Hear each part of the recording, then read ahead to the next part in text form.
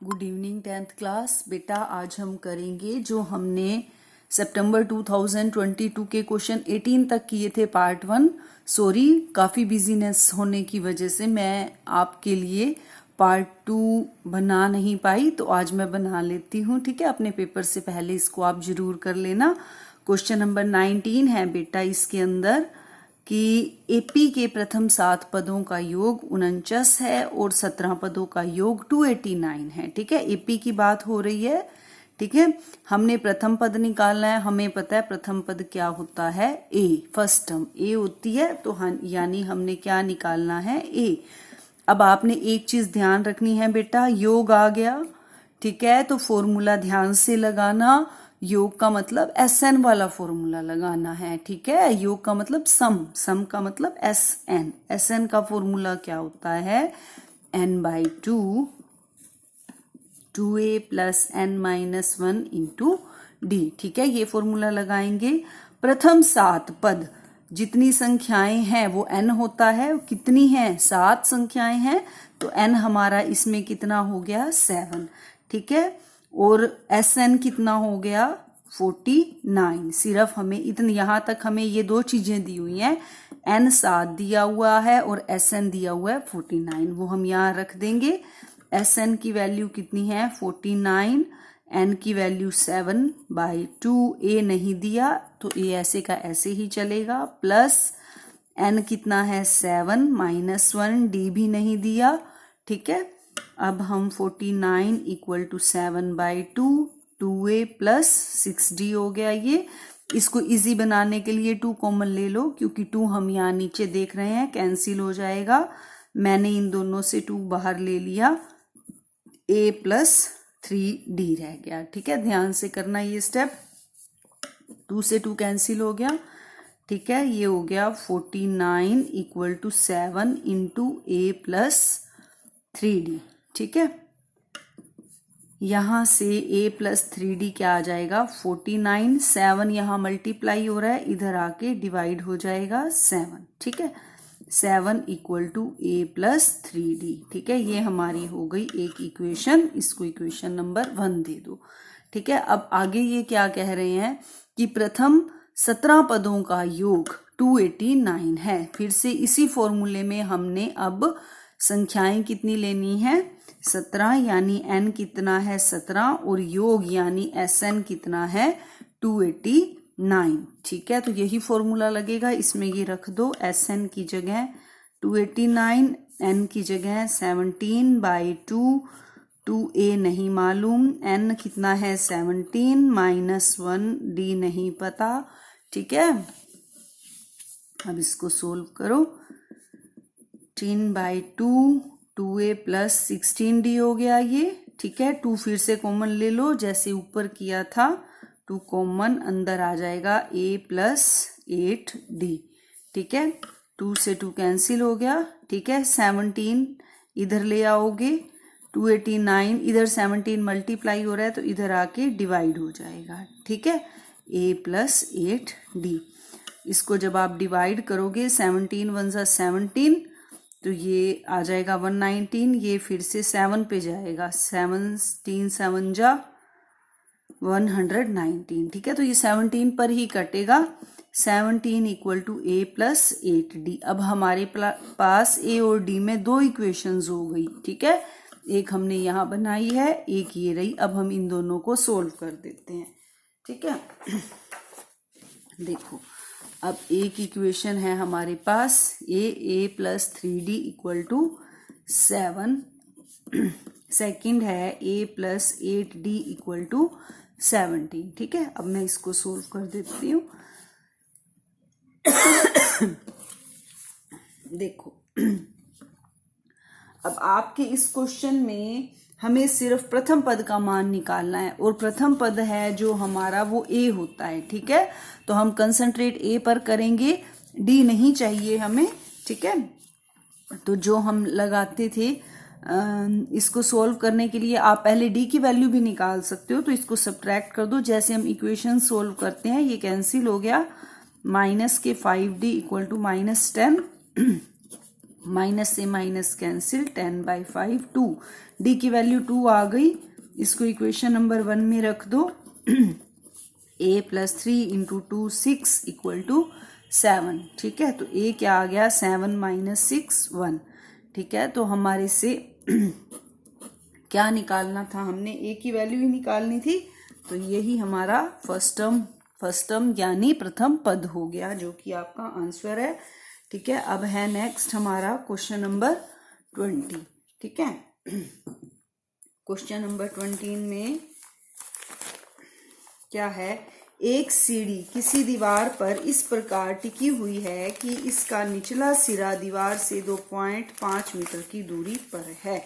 देखो बेटा, ये जो हमारा क्वेश्चन है, एक सीढ़ी किसी दीवार पर इस प्रकार टिकी हुई है। देखो बेटा, सीढ़ी कैसी होती है, ये मान लो दीवार है। ठीक है, ए बी क्या है, आपकी दीवार। ठीक है, ये कह रहे हैं सीढ़ी टिकी हुई है दीवार से। मैंने सीढ़ी लगाई दीवार के साथ, ऐसे लगाऊंगी सीढ़ी को। ठीक है ना, आप गैस कर सकते हो, जब हम सीढ़ी लगाते हैं तो वो टेढ़ी रखी जाती है दीवार के साथ। ठीक है, एक सीढ़ी को लगाया दीवार के साथ। अब जो सीढ़ी का निचला सिरा है, ये कह रहे हैं कि जो सीढ़ी का निचला सिरा है वो दीवार से 2.5 मीटर की दूरी पर है। सीढ़ी का निचला सिरा, ये सीढ़ी, ये निचला सिरा, और ये दीवार से ये कितनी दूरी पर है, 2.5 मीटर की दूरी पर। ठीक है, ए बी मैंने दीवार मानी है और ए सी क्या मान ली है, सीढ़ी। ठीक है, अब ये क्या कह रहे हैं आगे, तथा इसका ऊपरी सिरा, किसका ऊपरी सिरा, सीढ़ी का, ये सीढ़ी है, इसका ऊपरी सिरा भूमि से 6 मीटर की ऊंचाई पर है। ये भूमि हो गई, ये वाला सिरा इसका सीढ़ी का भूमि से कितनी ऊंचा है, 6 मीटर, यानी ये हमारा कितना है, 6 मीटर। और यहाँ पर एक खिड़की है, खिड़की तक पहुंचता है। सीढ़ी की लंबाई निकालनी है, यानी हमने निकालना क्या है, AC। बहुत ही इजी, वेरी इजी क्वेश्चन है बेटा। जो दीवार है और जो फर्श है, दीवार और फर्श की, क्योंकि दीवार बिल्कुल स्ट्रेट होती है तो हमारा एंगल होता है 90 डिग्री, और 90 डिग्री के सामने हमें पता ही है कि कर्ण होता है। ठीक है, और हमने कर्ण ही निकालना है। आ गया ध्यान में? तो अब हम पाइथागोरस थ्योरम से कर्ण निकाल सकते हैं। ठीक है, पाइथागोरस प्रमेय से, ठीक है, AC का square, AC square equal to AB square plus BC square. ठीक है ना, कर्ण का स्क्वायर इक्वल टू लंब स्क्वायर प्लस आधार स्क्वायर। ठीक है, AB कितना है हमारा, 6, तो 6 का स्क्वायर हो गया। BC कितना है, 2.5, 2.5 का स्क्वायर हो गया। 6 का स्क्वायर 36 और 2.5 का स्क्वायर 625 होगा ना, तो पॉइंट लग गया 2 अक्षरों के बाद, 6.25। ठीक है, तो इसमें जब ऐड करोगे, ऐसे करोगे ऐड, 36 में ऐड करोगे आप, यहाँ 0 0 लगा दो, 25, तो ये आपका हो जाएगा 42.25। ठीक है, हाँ, ये तो AC स्क्वायर आया ना, हमने निकालना क्या है, हमने तो AC निकालना है। तो जब मैं AC निकालूंगी तो वो इसका वर्गमूल हो जाएगा 42.25 का। ठीक है, तो अब मैं 42.25 का स्क्वायर रूट यानी वर्गमूल निकाल देती हूँ। ठीक है, ये 6 पे जाएगा। ठीक है, 12 में से 6 गए 6, ऊपर से 25 उतारोगे, 6 और 6 12, अब ये शायद 5 पे चला जाएगा पूरा, है ना, 5 5 25, 5 दूनी 10 और 2 12, 5 एकम 5 और 1 6। तो अब हमारा ये क्या आ गया, 6.5 मीटर, यानी सीढ़ी की लंबाई कितनी हो गई है, 6.5 मीटर। ये हमारा आंसर हो गया। ठीक है, क्वेश्चन नंबर 21 में क्या निकालना है, हमने त्रिभुज का क्षेत्रफल ज्ञात करना है जिसके शीर्ष बिंदुओं के निर्देशांक हैं। देखो, त्रिभुज का क्षेत्रफल का फॉर्मूला बहुत आसान होता है जब हमें ये कोऑर्डिनेट्स दिए होते हैं, पॉइंट्स दिए होते हैं इस टाइप के। ठीक है, तो इसमें आपको फॉर्मूला याद रखने के लिए देखो कितना आसान तरीका बताती हूँ। ठीक है, 1/2 मत भूलना, x1 गैप छोड़ दो, x2 गैप छोड़ दो, प्लस x3। ठीक है, x1 x2 x3 इजी। अब यहां लगाओ ब्रैकेट्स। ठीक है, अब 1 2 3, 1 के बाद क्या होता है 2।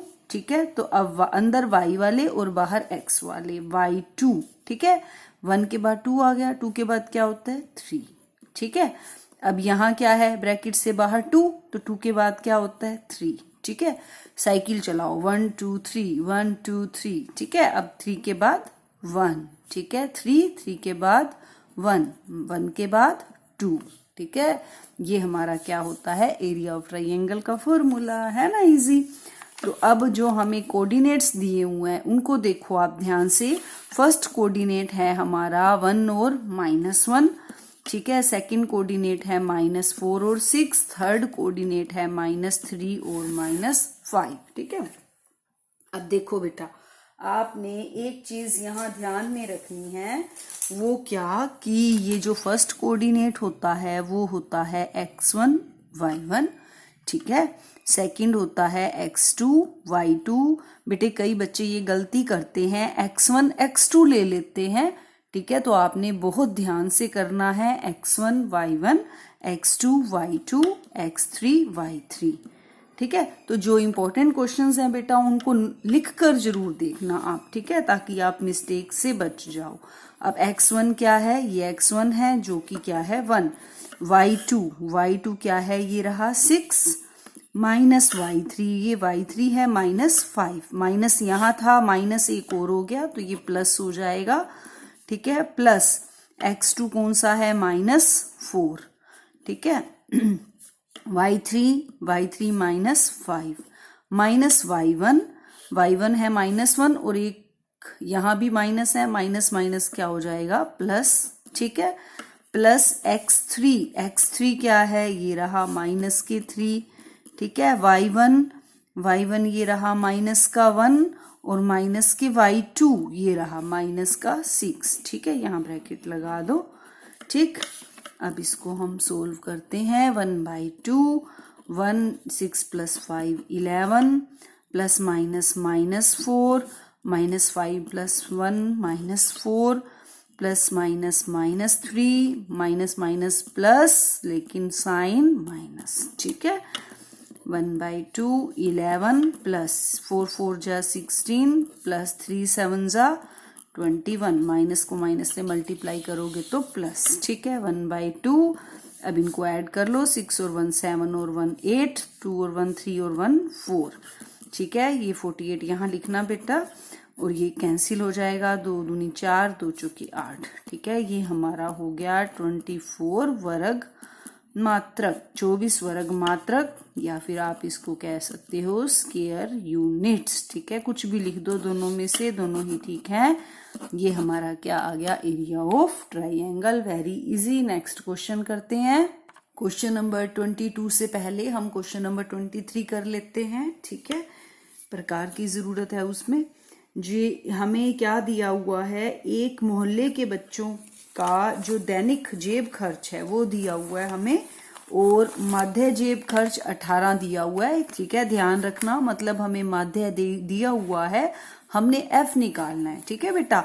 माध्य दिया हुआ है लेकिन फॉर्मूला माध्य का ही लगाओगे, ठीक है, और निकालना क्या है एफ, ठीक है। ये जो आपकी स्टेटमेंट दी हुई है दैनिक जेब भत्ता, ठीक है, यहां से हम XI फाइंड आउट कर लेते हैं। आपको पता ही है कैसे फाइंड आउट करते हैं, इन दोनों को ऐड करके 2 से डिवाइड कर लेते हैं। 11 और 13 को ऐड करोगे तो 24/2 12 आ जाएगा। इसको करोगे तो 28/2 14 आ जाएगा, ठीक है। 2 का गैप आ रहा है तो आगे भी आपका 2 का गैप आता जाएगा। 12 14 16 18, यहाँ 20, यहाँ 22 और यहाँ 24, ठीक है। बच्चों की संख्या यानी FI दी हुई है हमें, ठीक है। और अब माध्य का फॉर्मूला हमें पता ही है क्या होता है, माध्य का फॉर्मूला होता है summation FI XI by summation FI, ठीक है।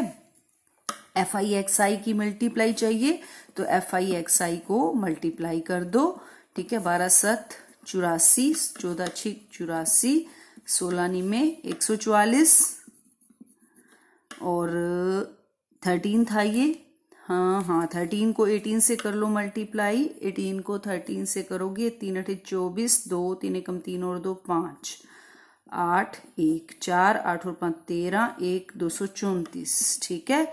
20 को f से ध्यान से करना, 20f हो जाएगा ये। 22 को 5 से करोगे 110 हो जाएगा, और 24 को 4 से करोगे तो ये 96 हो जाएगा। ठीक है, अब जब आप ऐड करोगे बेटा तो ध्यान रखना है 20f को आपने इसमें ऐड नहीं करना। ठीक है, वो बाद में हम लिख देंगे प्लस में 20f। ठीक है, बाकी टर्म्स को ऐड करो।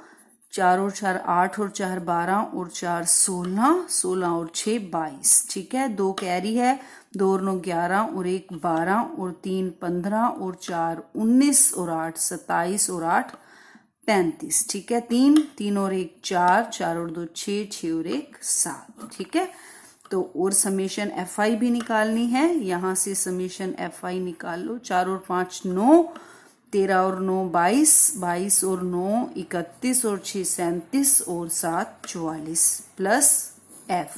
ठीक है, ध्यान से ठीक, अब रख दो यहाँ एफ आई एक्स आई, ये आया है 752 प्लस 20f, और एफ आई आया है 44 प्लस एफ। माध्य जेब खर्च हमें कितना दिया हुआ था, 18। ठीक है, तो यहाँ रख दो आप 18।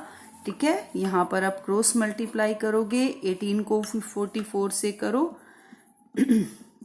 32, 3 4 एकम 4 और 3 7। ठीक है, 2 7 सेम आएगा 792 प्लस 18 को f से करोगे 18f। ठीक है, 1 को इससे करोगे 752 प्लस 20f। ठीक है, अब यहां से मैं f की वैल्यू निकाल देती हूँ 18f, इसको इधर ले आओ माइनस के 20f। 752 यहाँ है, 792 को इधर लाओगे तो नेगेटिव 18 माइनस 20 माइनस के 2, ये माइनस के 9 में से 5 गए 4, माइनस से माइनस कैंसिल, f कितना हो गया हमारा 40/2 यानी 20। तो हमने लुप्त बारंबारता f ही निकालनी थी, तो f हमारा आ गया 20। यही हमारा क्या है, आंसर। ठीक है, अब हम करते हैं क्वेश्चन नंबर 22। क्वेश्चन नंबर 22 में हमने क्या करना है, 6 सेंटीमीटर त्रिज्या का एक वृत्त खींचना है।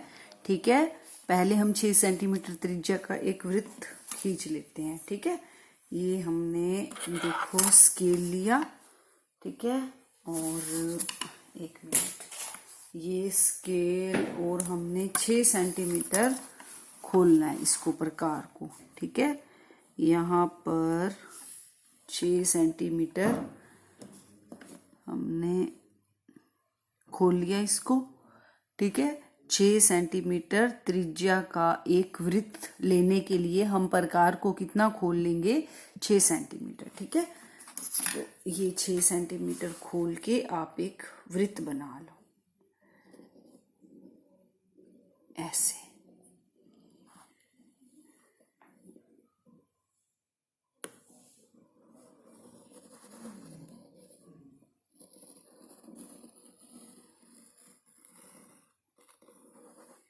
ठीक है, ऐसे आप 6 सेंटीमीटर खोल के एक वृत्त ड्रा कर लोगे। अब हम इसके केंद्र को नाम दे देते हैं O। ठीक है, अब हमने क्या करना है, केंद्र से 10 सेंटीमीटर दूर स्थित एक बिंदु से, किससे दूर, केंद्र से 10 सेंटीमीटर दूर, तो ये हमारा केंद्र है। अब केंद्र से हमने कितनी दूर जाना है, 10 सेंटीमीटर दूर। यहां से आप मान लो ये तो हमारी 6,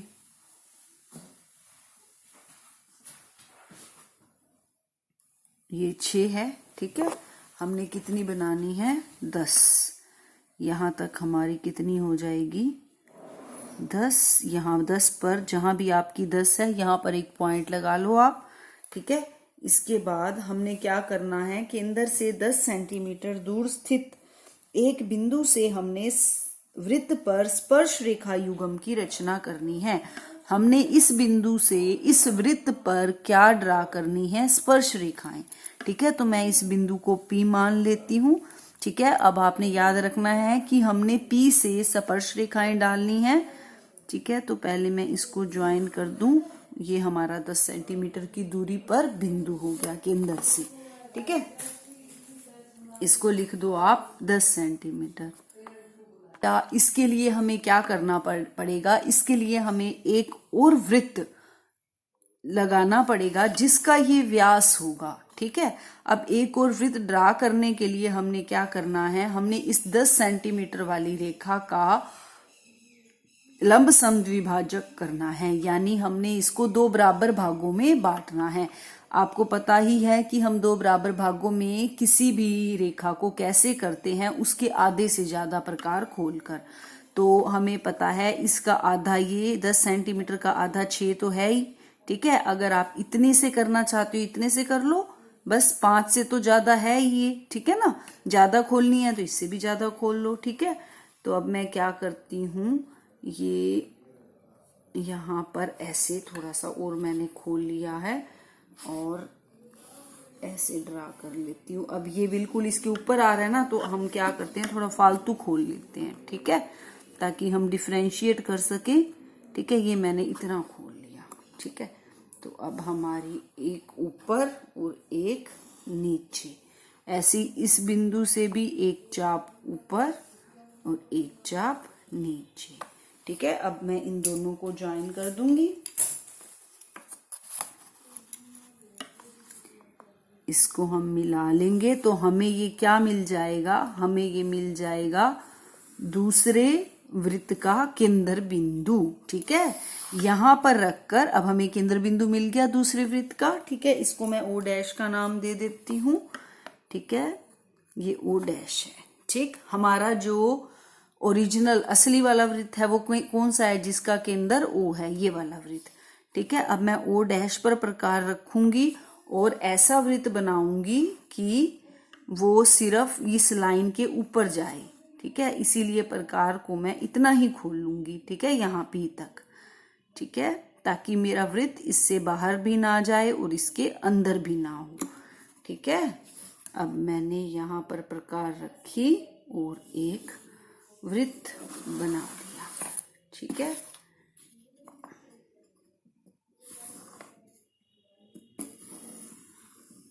ठीक हो गया। अब देखो,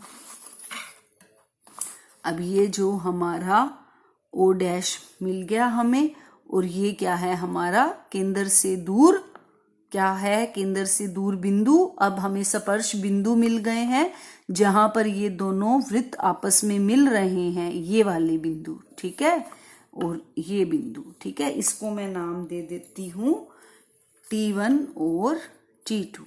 ठीक है, ठीक, अब मैं P इस बिंदु से, जो कि हमारा वृत्त से बाहर है 10 सेंटीमीटर दूर, उससे मैं इन बिंदुओं को मिला दूंगी ताकि मुझे क्या मिल जाए, स्पर्श रेखाएं। ठीक है, ऐसे P और T1 को मिलाते हुए आपने इसको मिला देना है ऐसे। ठीक, इसको थोड़ा लंबा कर लो ताकि ये स्पर्श रेखाएं आपको थोड़ी दिखें अच्छे से। ठीक है, ऐसे ही नीचे की तरफ P-T2। ठीक है, इसको ऐसे मिला दो। ठीक,